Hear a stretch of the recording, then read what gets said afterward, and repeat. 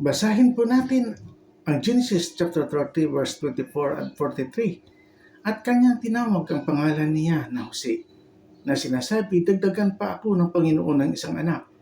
At nangyari na ipinanganak ni Rachel si Jose, na sinasabi ni Jacob kay Laban, papagpaalamin mo ako upang ako'y makaparoon sa aking dakong tinubuan at sa aking lupain.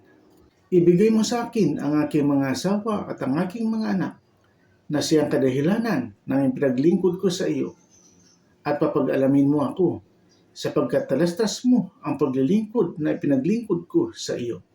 At sinabi sa kanya ni Laban, kung ako'y nakasumpong ng biyaya sa harap ng iyong mga mata, matira ka, aking napagkilala na pinagpala ako ng Panginoon dahil sa iyo.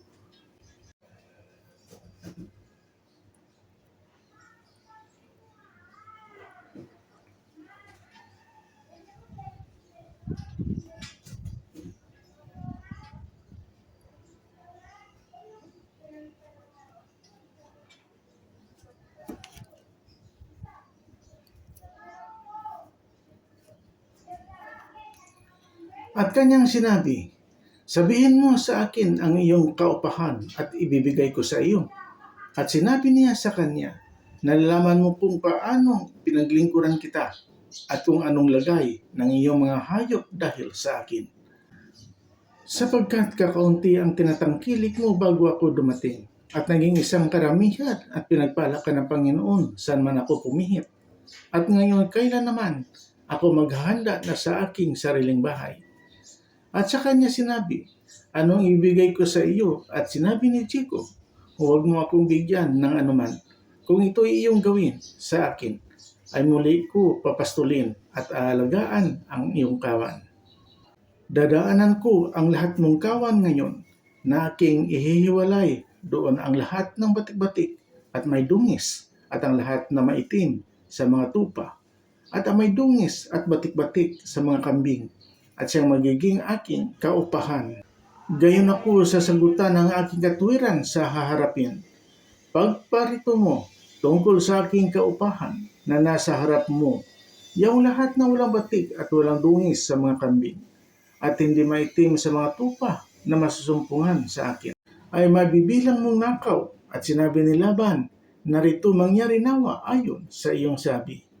At inhiwalay ni Laban ng araw ding yaon ang mga lalaking kambing na may batik, may dungis, at ang lahat ng babaeng kambing na may batik at may dungis, lahat ng mayroong kaunting puti at lahat ng maitim sa mga tupa, at ibinigay sa mga kamay ng kanyang mga anak. At siya ay naglakad ng 3 araw ang pagitan kay Jacob, at pinakain ni Jacob ang nalabi sa mga kawan ni Laban.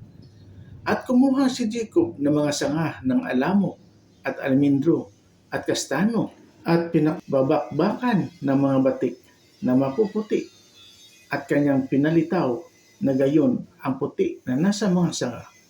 At kanyang inilagay ang mga sangang kanyang binakbakan sa mga bakbak sa harap ng kawan, sa mga pinagpapainuman na pinaruunan ng mga kawan upang uminom, at nangaglilihi pagka nagsisipa roon upang uminom. At nangaglihi ang mga kawan sa harap ng mga sanga, at nanganganak ang mga kawan ng mga may guhit, may batik at may dungis. At ang kakorderong ito ay inihiwalay ni Jacob, at inihaharap ang kawan sa dakong may batik, at ang lahat ng maitim sa kawan ni Laban. Sa kanyang ibinukod ang mga kawan niya rin, at hindi isinama sa kawan ni Laban. At nangyari na kailanman maglilihi ang mga malakas sa kawan, ay inilalagay ni Jacob ang mga sanga sa harap ng mga mata ng kawan sa mga bangbang upang sila'y mapaglilihi sa gitna ng mga sanga. Datapwat pagka ang kawan ay mahina ay hindi niya inalalagay, kaya't ang mahina ay nagiging kay Laban at ang malakas ay kay Jacob. At ang lalaki ay lumagong mainam at nagkaroon ng malalaking kawan, at ang mga aliping babae at lalaki, at ng mga kamelyo at ng mga asno. Amen. Please subscribe and share. Salamat. God bless.